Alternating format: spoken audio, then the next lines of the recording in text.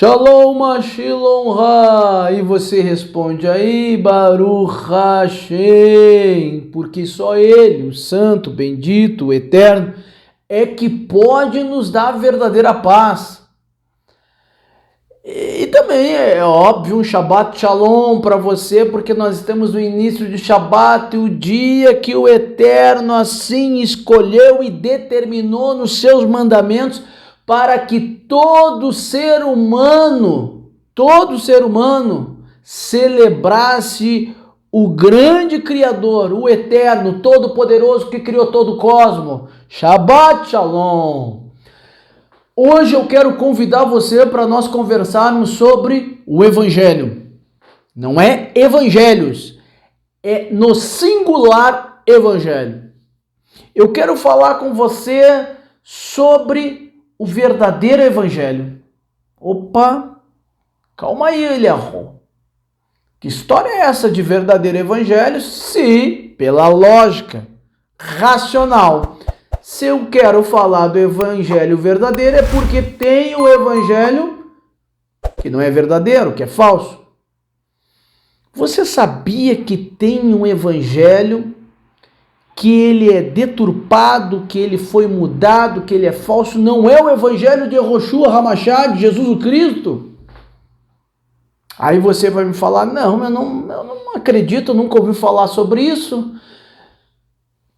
Bem, eu vou chamar aqui então para testemunhar sobre isso alguém muito importante para o início da pregação, do ensino, da propagação deste Evangelho verdadeiro. Adivinha quem? Sim, é este mesmo, Saulo, o fariseu, o judeu, Paulo. Lá em Gálatas, capítulo 1, o versículo 6 a 10, Saulo, ele fala algo que nos chama muito atenção, algo que faz a gente pensar. Ele diz para os Gálatas: olha, se alguém trouxer um evangelho diferente do nosso, pode ser até um anjo, ou nós mesmos, se trouxermos um evangelho diferente, não aceite, porque existe um único evangelho. E esse evangelho diferente que alguém está trazendo para vocês, Gálatas, isto é anátema, é maldição, não é o evangelho verdadeiro.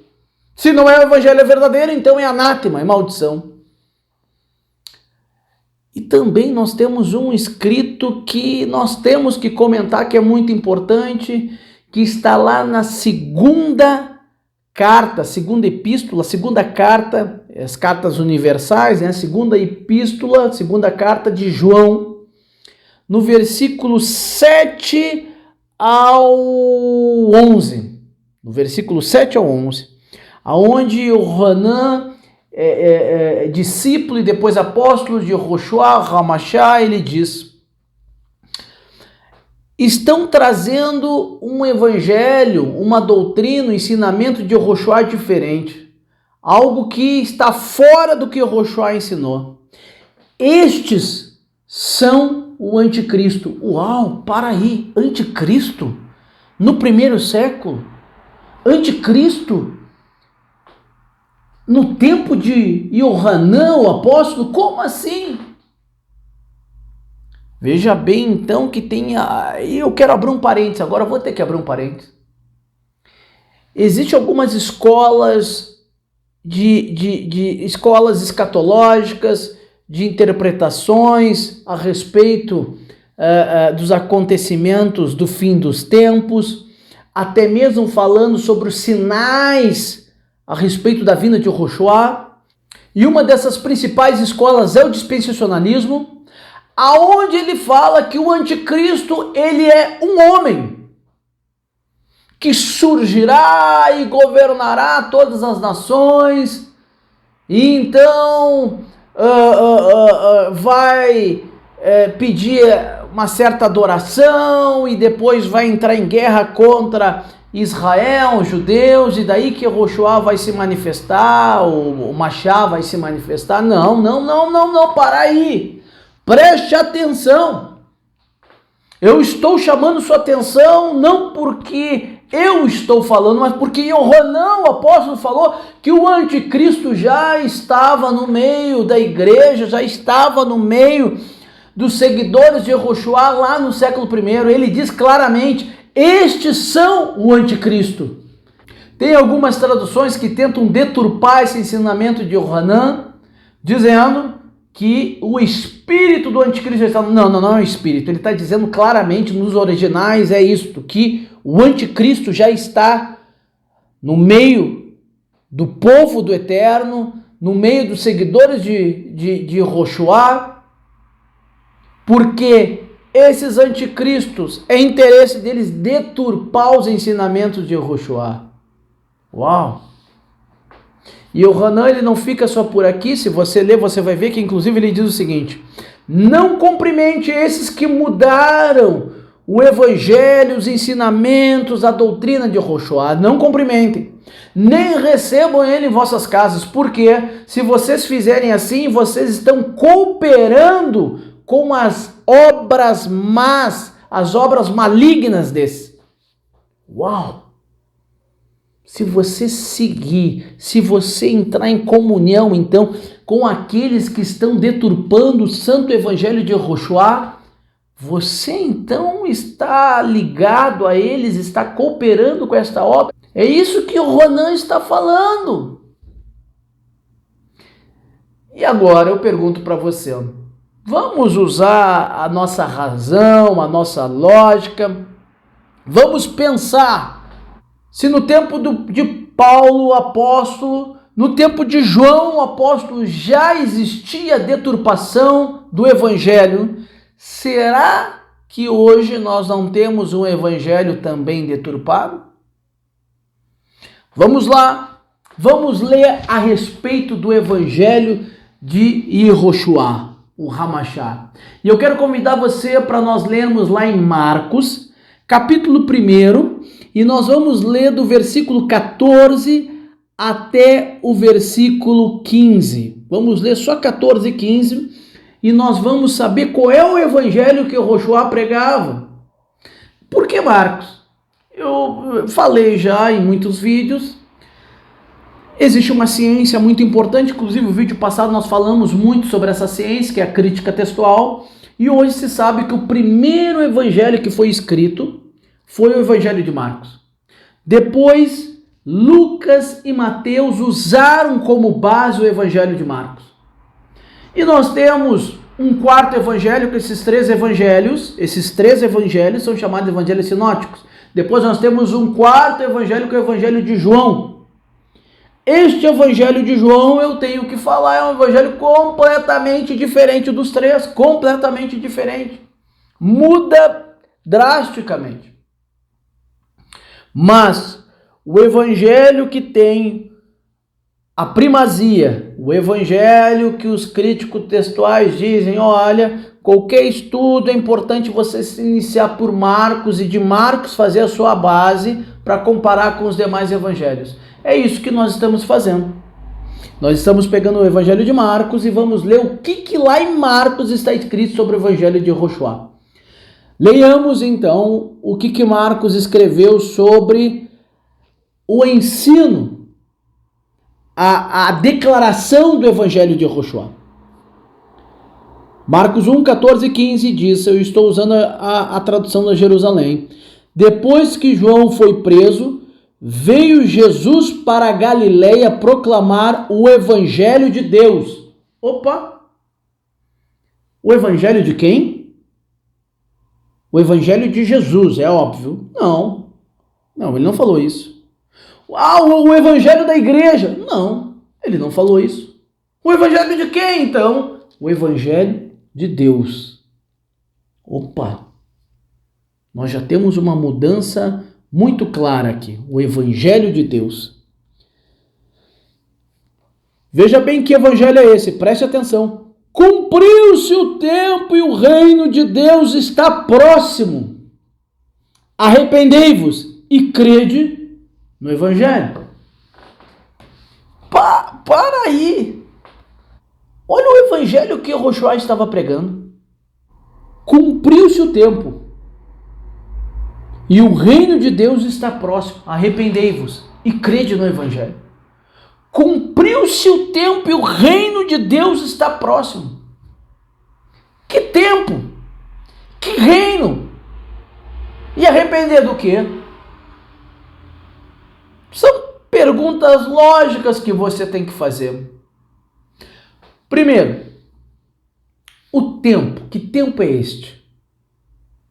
O tempo que ele está falando é algo muito interessante, porque se você desconhece a teologia judaica, a cultura judaica, a história, a cultura do século I, como os judeus pensavam, qual era a teologia que estava latente naquela época, quais as escolas teológicas existiam, quais eram os pensamentos sobre a ortodoxia da Torá, dos profetas, você nunca vai entender se você não tiver essa base. O tempo que ele está falando é simples e é óbvio. Todas as profecias, todos os neviins profetizaram, trouxeram um oráculo sobre um reino que existiria na terra e seria um reino eterno, aonde teria alguém escolhido pelo Eterno, alguém que era ungido pelo Eterno, que iria reinar. Esse rei iria reinar eternamente neste reino. Nunca morreria. Por toda a eternidade ele seria rei. A palavra ungido, se nós formos colocar no hebraico essa palavra ungido, é Mashiach. No grego é Cristo. Então, todas as profecias estavam falando que este reino ele ia durar eternamente e ia ter como rei o Mashiach. Só que essas profecias, e tem profecias principalmente no livro de Daniel, mas em todos os profetas você acha sinais do tempo desta profecia. Em alguma dessas profecias nós temos alguns sinais, alguma cronologia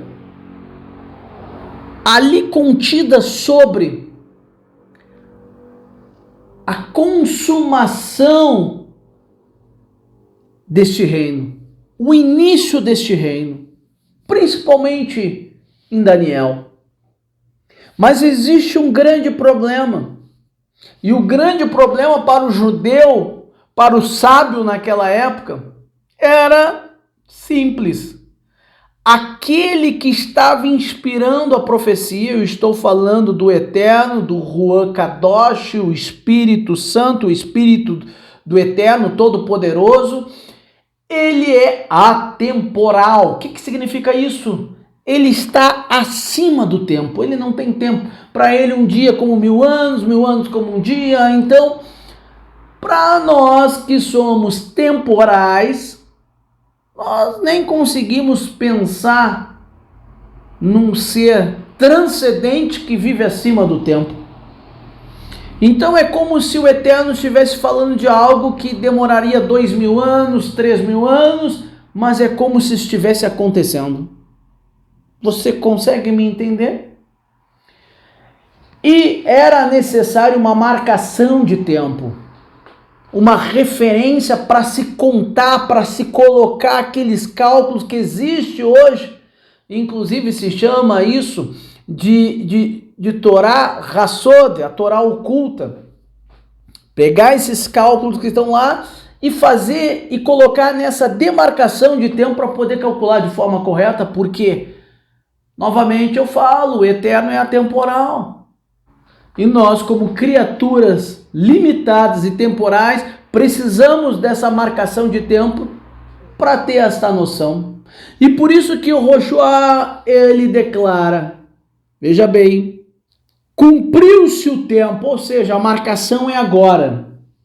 E tem muita gente, e eu quero falar que inclusive na crítica textual, quando lê isso aqui, eles dizem o seguinte: olha, Yehoshua estava dizendo que o reino ia ser aquele momento, será que ele errou? Não é isso que ele quer dizer.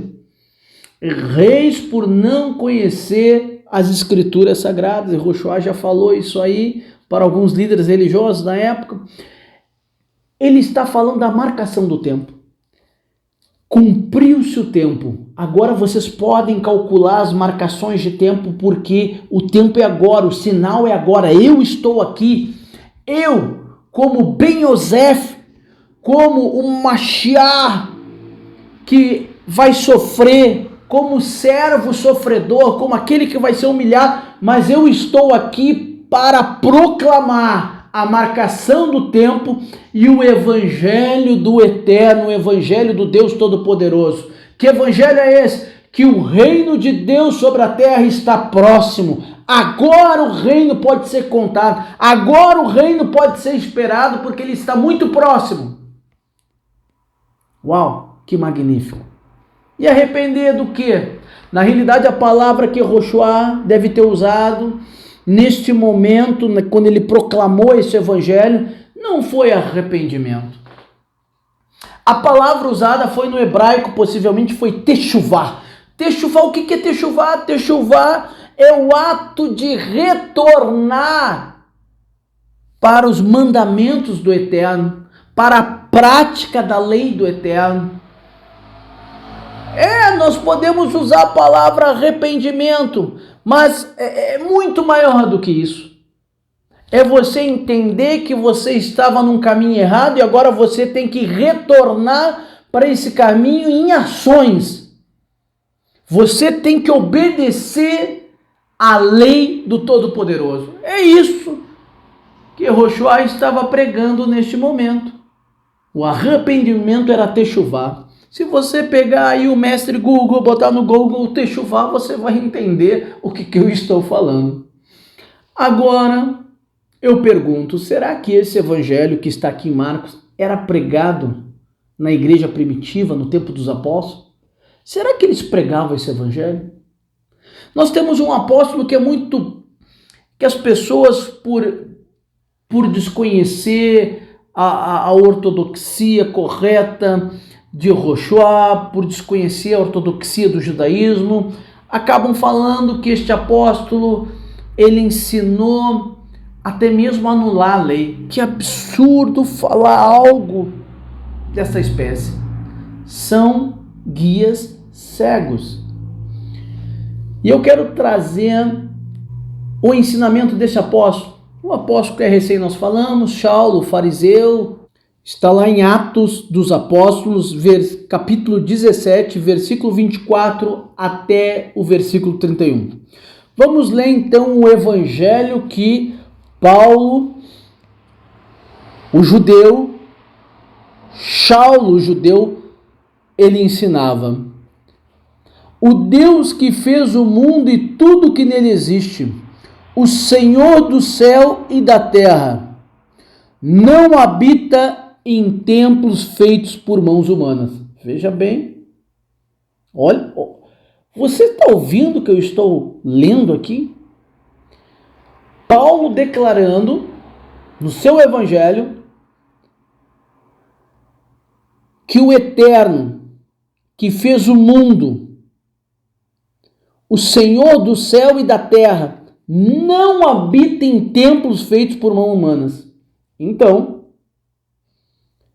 nós podemos concluir que quando alguém diz, seja quem for diz, este aqui é o templo de Deus, está mentindo, está com falso evangelho, está com o evangelho enganoso, ele está com o evangelho do anticristo, não é o evangelho de Yehoshua.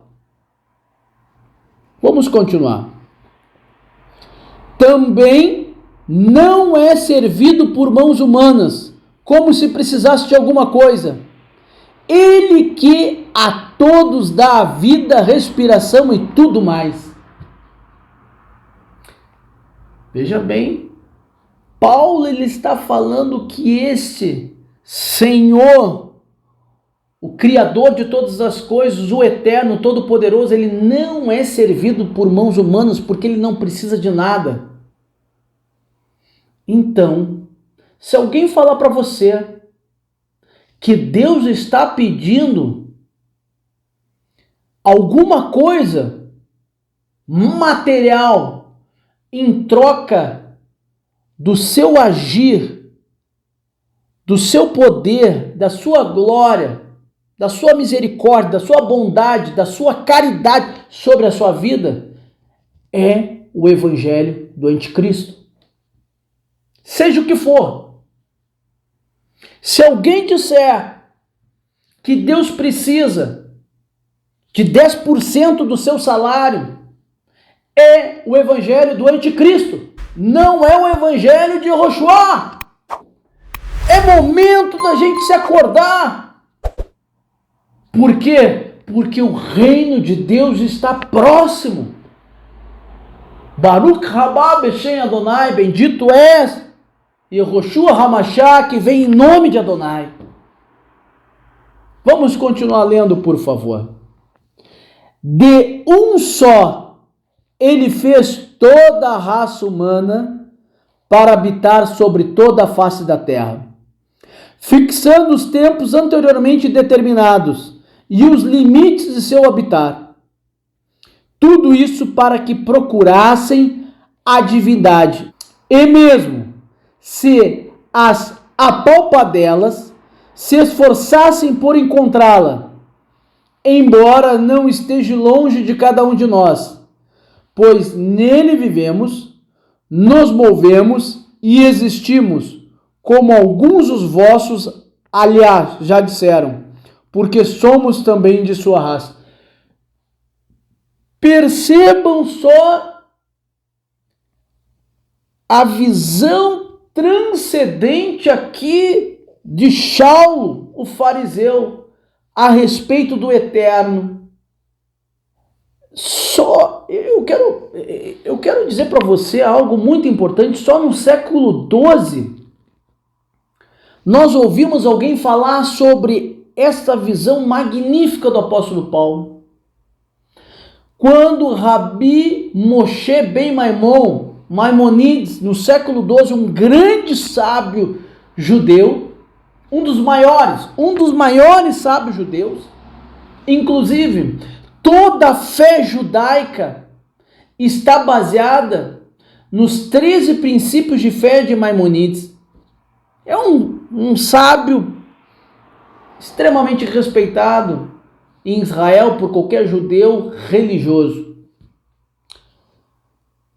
E somente no século XII, com Maimonides, que foi ter essa visão que Paulo já tinha no século I.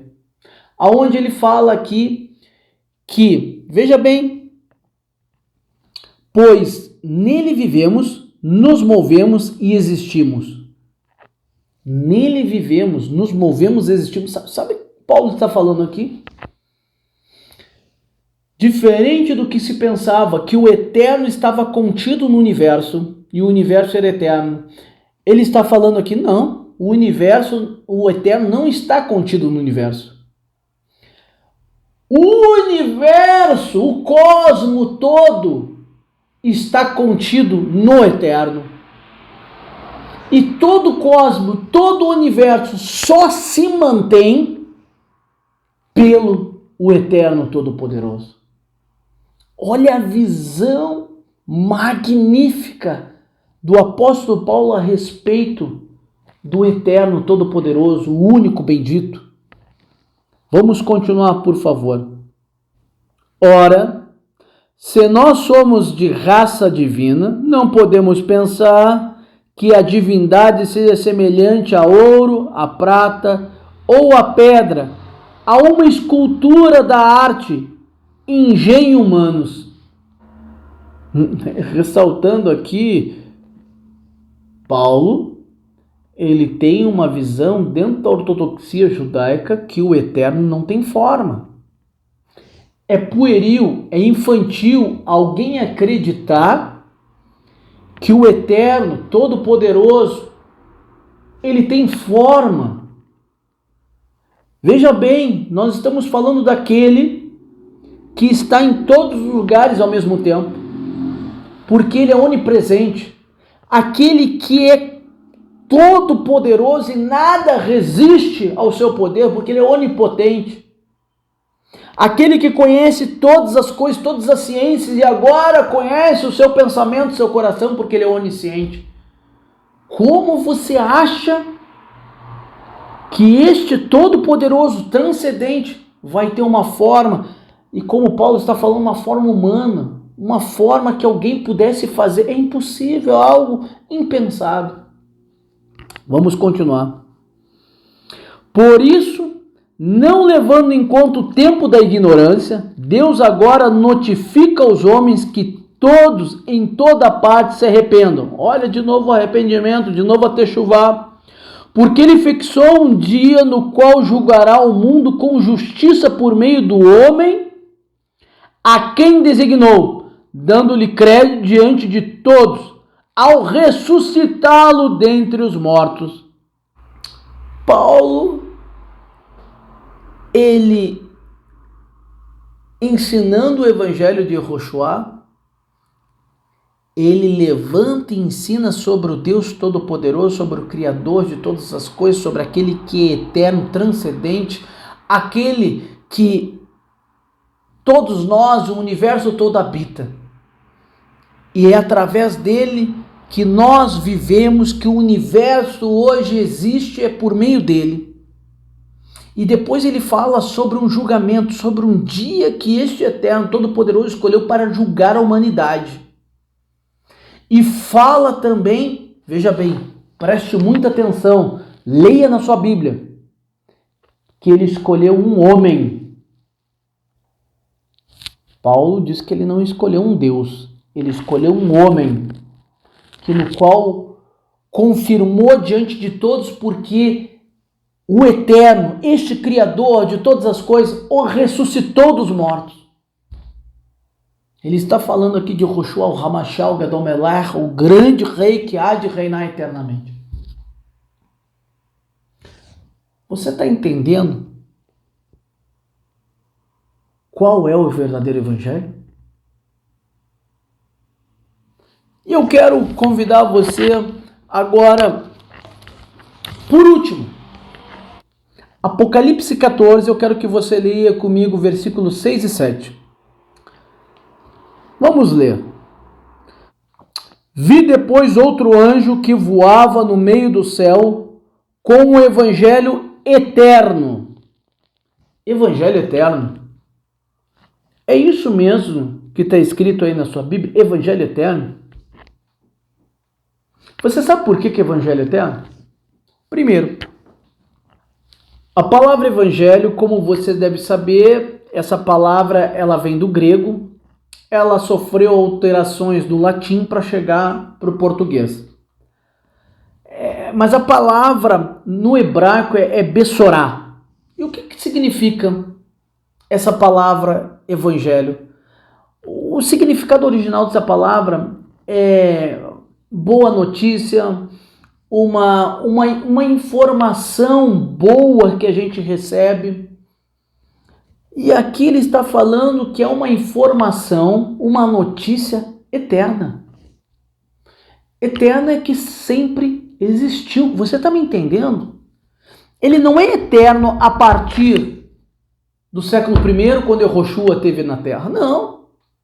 Não existe eterno que tenha um tempo, que tenha uma data para ser. Não. Ele é eterno.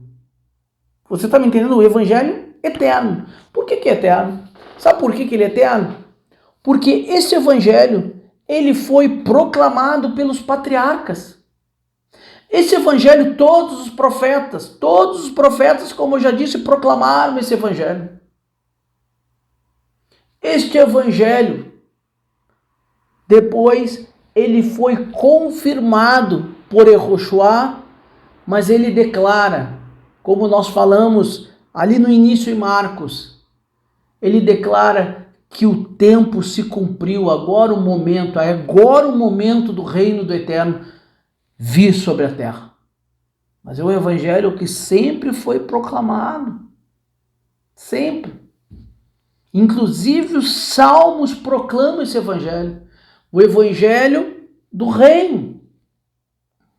Que um reino vai ser edificado sobre a terra, o reino do eterno vai ser edificado sobre a terra, que todas as nações vão se sujeitar a um único rei. Este rei é o Machá, o ungido do eterno. E eu e você sabemos quem é Yehoshua HaMashá, sim, é Jesus o Cristo. E ele vai voltar em glória sobre os céus para reinar eternamente. Segundo o Evangelho Eterno, segundo as boas notícias eternas, voava no meio do céu com o Evangelho Eterno para anunciar aos habitantes da terra, a toda nação, tribo, língua e povo, e ele dizia em alta voz, preste atenção, olha o Evangelho, que este anjo que voava no meio do céu, ele proclamava. Eu quero só chamar a sua atenção, não é o tema deste vídeo e infelizmente nós temos que ser sucinto para não ficar um vídeo muito longo. A palavra anjo, ela significa no português mensageiro. Então ele está falando aqui o mensageiro que voava no meio do céu. Ele proclamava o seguinte evangelho: temei a Deus e tributai-lhe glória. Por isso que Paulo ele começou a falar lá em Atos 17, primeiramente do Deus Criador. Temei a Deus e tributai-lhe glória, pois chegou a hora do seu julgamento. O julgamento que Paulo falou, olha, Deus, esse Deus eterno, ele escolheu um dia para julgar toda a terra. E escolheu um homem para executar esse juízo. Este homem, nós sabemos que é Yehoshua HaMashá. Chegou a hora do seu julgamento. Adorai aquele que fez o céu e a terra. Opa! Ele está falando aqui, veja bem, olha o evangelho. Ele está falando aqui.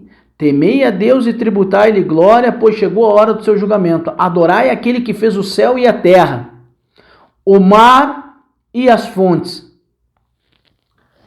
O evangelho se resume na adoração ao Deus Criador, no arrependimento de nossas ações, até chuvar, que nós devemos nos arrepender, voltar a Deus, voltar ao Eterno, voltar a adorar o Eterno, voltar a respeitar os seus mandamentos, voltar a valorizar a cada uma de suas leis ou mitzvot. É momento de nós repensarmos este evangelho que está sendo pregado, esse evangelho que está sendo divulgado por todo mundo.